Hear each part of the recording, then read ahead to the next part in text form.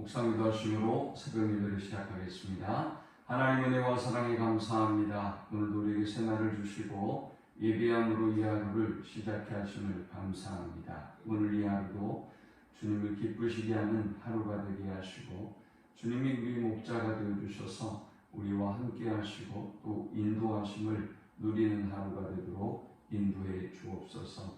험악한 세상 가운데 주의 백성들이 오가는 모든 발걸음들을 세밀하게 지키시고 주께서 함께 하시고 보호하심을 누릴 수 있는 하루 되게 주옵소서. 오늘도 주님의 약속대로 우리가 생각하는 것과 또 간구하는 것보다 넘치도록 응답하신 하나님을 찬양합니다. 예수님의 이름으로 기도합니다. 아멘. 찬송 570장 드리겠습니다.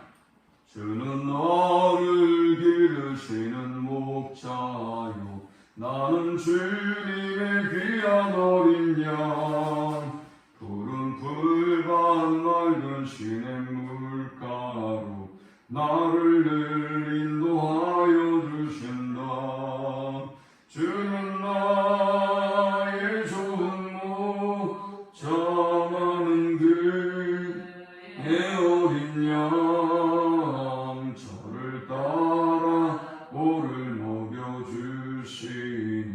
내게 부족함 전혀 없어라.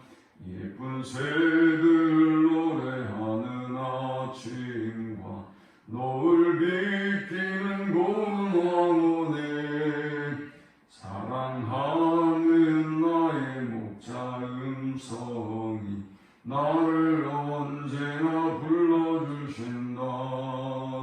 주는 나의 좋은 저는 그의 어린 양 저를 따라 꼴을 먹여주시니 내게 부족함 전혀 없어라. 못된 짐승 나를 해치 못하고 거친 비바람 삼치 못하리. 나의 주님 강한 손을 펼치사 나를 주야로 지켜주신다. 주는 나의 좋은 목자 나는 그의 어린 양 저를 따라 꼴을 먹여주시니 내게 부족함 전혀 없어라. 아멘. 오늘 이 시간에 주시는 살아계신 하나님의 말씀은 사사기 15장 1절에서 13절의 말씀입니다. 얼마 후 밀 거둘 때에 삼손이 염소 새끼를 가지고 그의 아내에게로 찾아가서 이르되 내가 방에 들어가 내 아내를 보고자 하노라 하니 장이 들어오지 못하게 하고 이르되 내가 그를 심히 미워하는 줄 알고 그를 내 친구에게 주었노라. 그의 동생이 그보다 더 아름답지 아니하냐. 청하노니 너는 그를 대신하여 동생을 아내로 맞이하라니.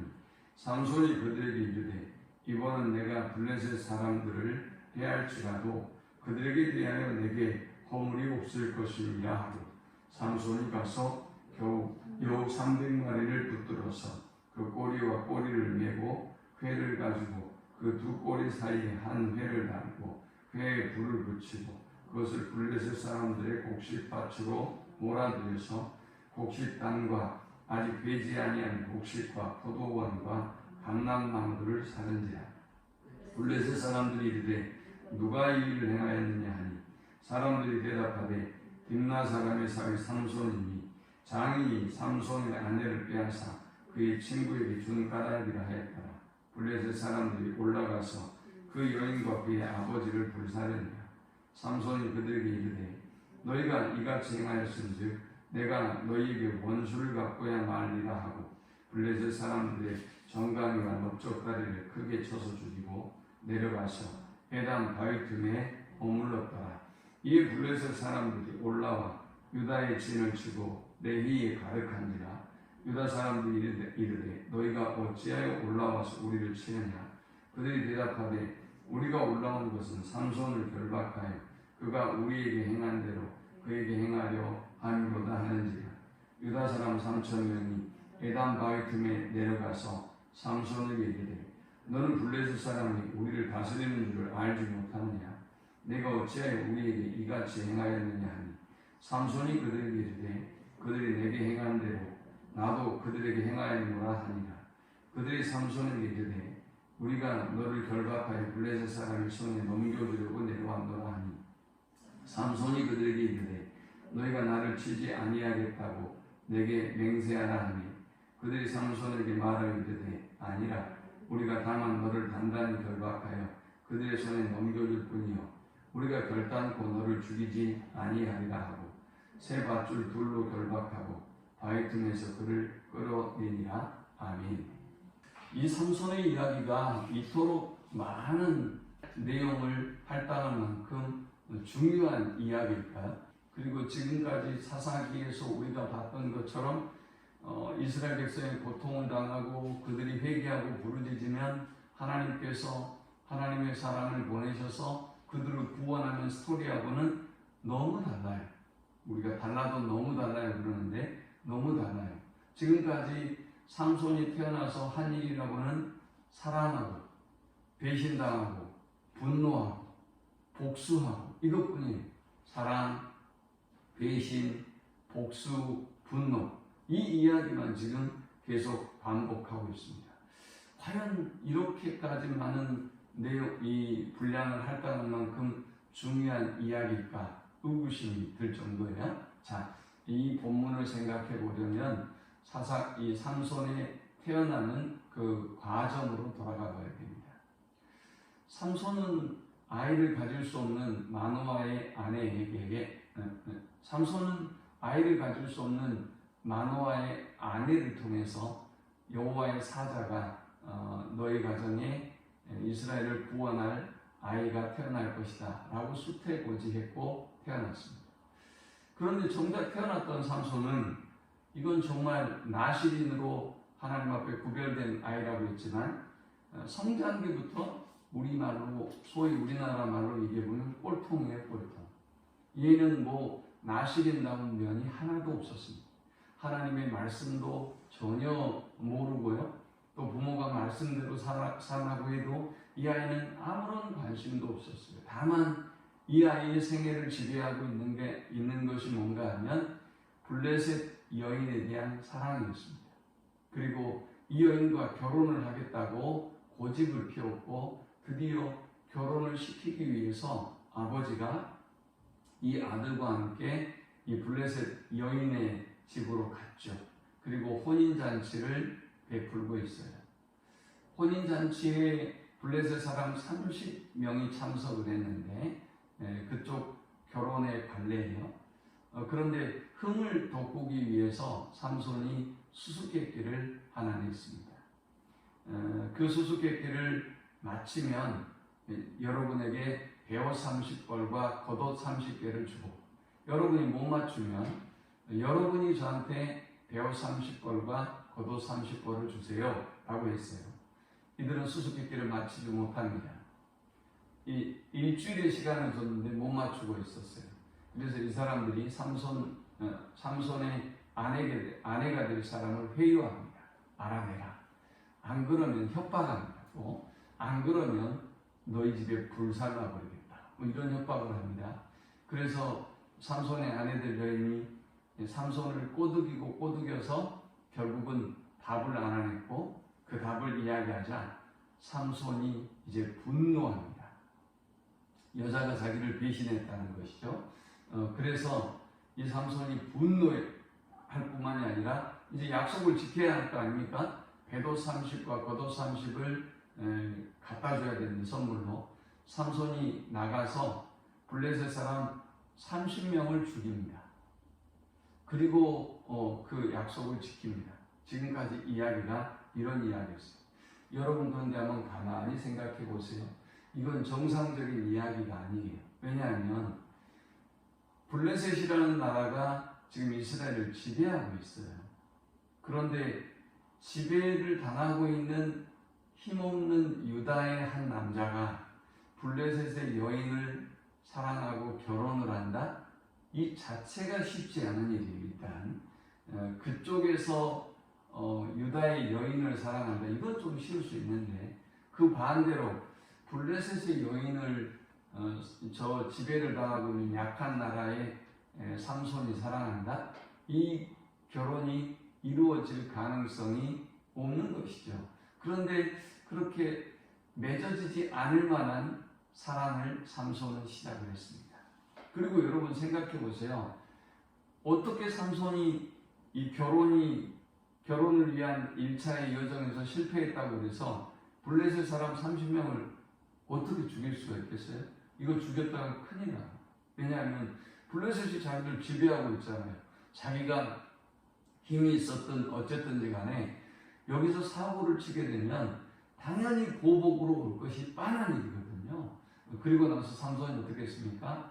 배우 30과 겉옷 30을 주고 사람 30을 죽이고 나서 얼른 다시 아버지 집으로 갔습니다. 그리고 이것이 이제 지난 본문까지 얘기해요. 그리고 이제 차근차근 마음을 가라앉히고 그 여자에 대한 배신감을 가라앉히고 그리고 이제 돌아가서 아내를 달래고 결혼을 하려고 다시 2차 이 블레셋 여인의 집으로 왔습니다. 아내를 찾았습니다. 아내가 없어요. 어떻게 됐느냐? 삼손과 그 아내된 여자가 너가 나를 배신했니? 속였니? 아마 이걸로 심히 다투었던 것 같아요. 그리고 이 광경을 보고 있었던 삼손의 장인 되는 사람이 쟤들이 안 되겠네 라고 생각해서 결혼잔치는 결혼잔치인데 딸을 여인하고 지금 결혼잔치를 하고 있지 않습니까? 그런데 삼손이 가버렸으니까 이 여인을 그 왔던 수수께끼를 풀었던 30명의 블레셋 사람 중에 한 사람에게 시집을 보내버립니다. 근데 이제 삼손이 왔어요. 우리 아내 어디 있습니까? 걔 너가 싫어하는 줄 알고 시집 보냈는데 야 이제 할 수 없다. 그 아이의 동생을 줄게. 걔가 예쁘고 참하다 이렇게 합니다. 그런데 삼손은 또 여기서 배신을 당하죠. 또 극도의 분노를 합니다. 그러면서 이 가정에 대한 분노로 여인에 대한 분노가 이 가정에 대한 분노로 변합니다. 그리고 뭐라고 얘기하느냐? 이제 내가 보복하는 것은 마땅한 일입니다 라고 하고 이 사람이 여우 300마리의 꼬리를 묶어서 그리고 불을 달고 들판에 불을 질러버려요. 이때가 수확을 거둬야 할 때이기 때문에 이 굉장히 중요한 때란 말이죠. 그런데 이 삼손은 이 여우들을 곡식밭으로 몰아서 곡식, 포도원, 감람나무를 불살라버립니다. 이건 정말 큰일이 난 거예요. 이건 도발을 한 겁니다. 블레셋 사람들은 전쟁을 하겠다는 것입니다. 자, 이에 이제 블레셋 사람들이 원인을 묻습니다. 이게 도대체 무슨 일이냐? 우리 밭에 뭔 불을 이렇게 질러가지고 이렇게 엄청난 손해를 끼쳤냐? 도대체 누가 했냐? 라고 물어보니 이 삼손이라는 놈이 이 가정에 배신을 당해서 이런 일을 저질렀습니다. 그럽니다. 그러니까 삼손이 저 블레셋 사람들이 그 가정을 불살라버립니다. 그리고 장인과 삼손의 아내까지 다 죽여버립니다. 삼손은 여기서 또 분노가 났어요. 그래? 이 블레셋 사람들이 내 아내와 내 장인을 죽였단 말이야? 내가 복수하는 것은 이제 너무나 당연한 일이다 라고 해서 8절에 보니까 또 블레셋 사람을 크게 쳐 죽이고 다시 에담 다시 유대 땅으로 넘어오게 됩니다. 난리가 난 거죠. 자, 어떻게 이런 일이 있을 수 있을까요? 여러분 한번 상상해 보세요. 한 사람이 자기의 사랑과 배신 때문에 지금 지배를 당하고 있는 나라를 도발해서 불살라버렸다? 이건 있을 수가 없는 일이에요. 그런데 이런 일이 지금 벌어지고 있습니다. 자, 이 본문을 통해서 우리는 세 가지 영적 교훈을 얻을 수 있어요. 우리는 이 역사의 배후에서 일하시는 하나님의 섭리와 손길을 볼 수가 있어요. 첫 번째, 인간의 감정을 통해서 일하시는 하나님입니다. 하나님은 우리의 모든 마음과 생각을 감찰하시는 하나님이에요. 그런데 그 하나님이 우리를 사용하시고 일하실 때 뭐 성령이 충만하고 은혜가 넘치고 믿음이 확실하고 뭐 이래서만 사용하는 것은 아니에요. 삼손은 지금 망나니에요. 삼손은 하나님도 아는 바도 없고 나라와 민족을 위해서 자기가 뭘 해야 되겠다는 생각도 없어요. 블레셋과 우리 민족을 구원하기 위해서 블레셋과 내가 전쟁하고 구원해야 되겠다? 전혀예요. 삼손은 안중에도 없고 관심도 없어요. 처음부터 이 사람에 대한 이야기가 시작된 것은 블레셋 여인을 사랑한 것, 그 여인과 결혼하겠다는 집념, 뭐 이것뿐이었어요. 누가 반대해도 하겠다는 그것을 위해서 그는 말씀과는 아무런 상관없는 짓을 벌이고 있다 말이죠. 그런데 하나님은 그의 사랑, 그 여인의 배신, 장인의 배신, 또 그로 인한 복수, 그리고 그로 인한 이제 이 모든 감정들을 하나님은 분노, 복수, 사랑, 배신, 분노, 복수 이 모든 감정들을 통해서 하나님은 이 삼손을 움직이시고 하나님의 사람으로 세워가기 시작합니다. 하나님의 일을 이 아이를 통해서 이 사람을 통해서 일하기 시작합니다. 자, 두 번째 우리가 이 본문을 통해서 얻을 수 있는 영적 교훈은 민족을 위한 사사로 세워가시는 하나님입니다. 여러분 한나의 사건을 보세요.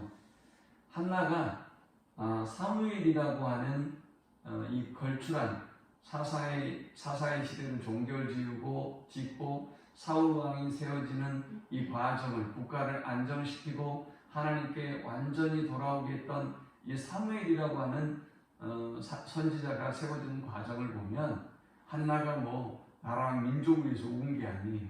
기도한 게 아니에요. 그저 무자한 자신의 팔자, 무자한 자신의 고통 때문에 하나님의 성전에서 간절히 기도했더니 하나님이 아이를 주셨고 그리고 이 아이가 민족을 구원하는 지도자 사무엘 선지자가 되었단 말이죠. 여기 삼손도 똑같습니다. 삼손은 나라와 민족, 하나님의 일 그런 거창한 거 전혀 몰라요. 안중에도 없고요. 경건치도 않은 사람이에요. 그런데 이 사람이 어떻게 민족을 위한 사람으로 세워져 가느냐?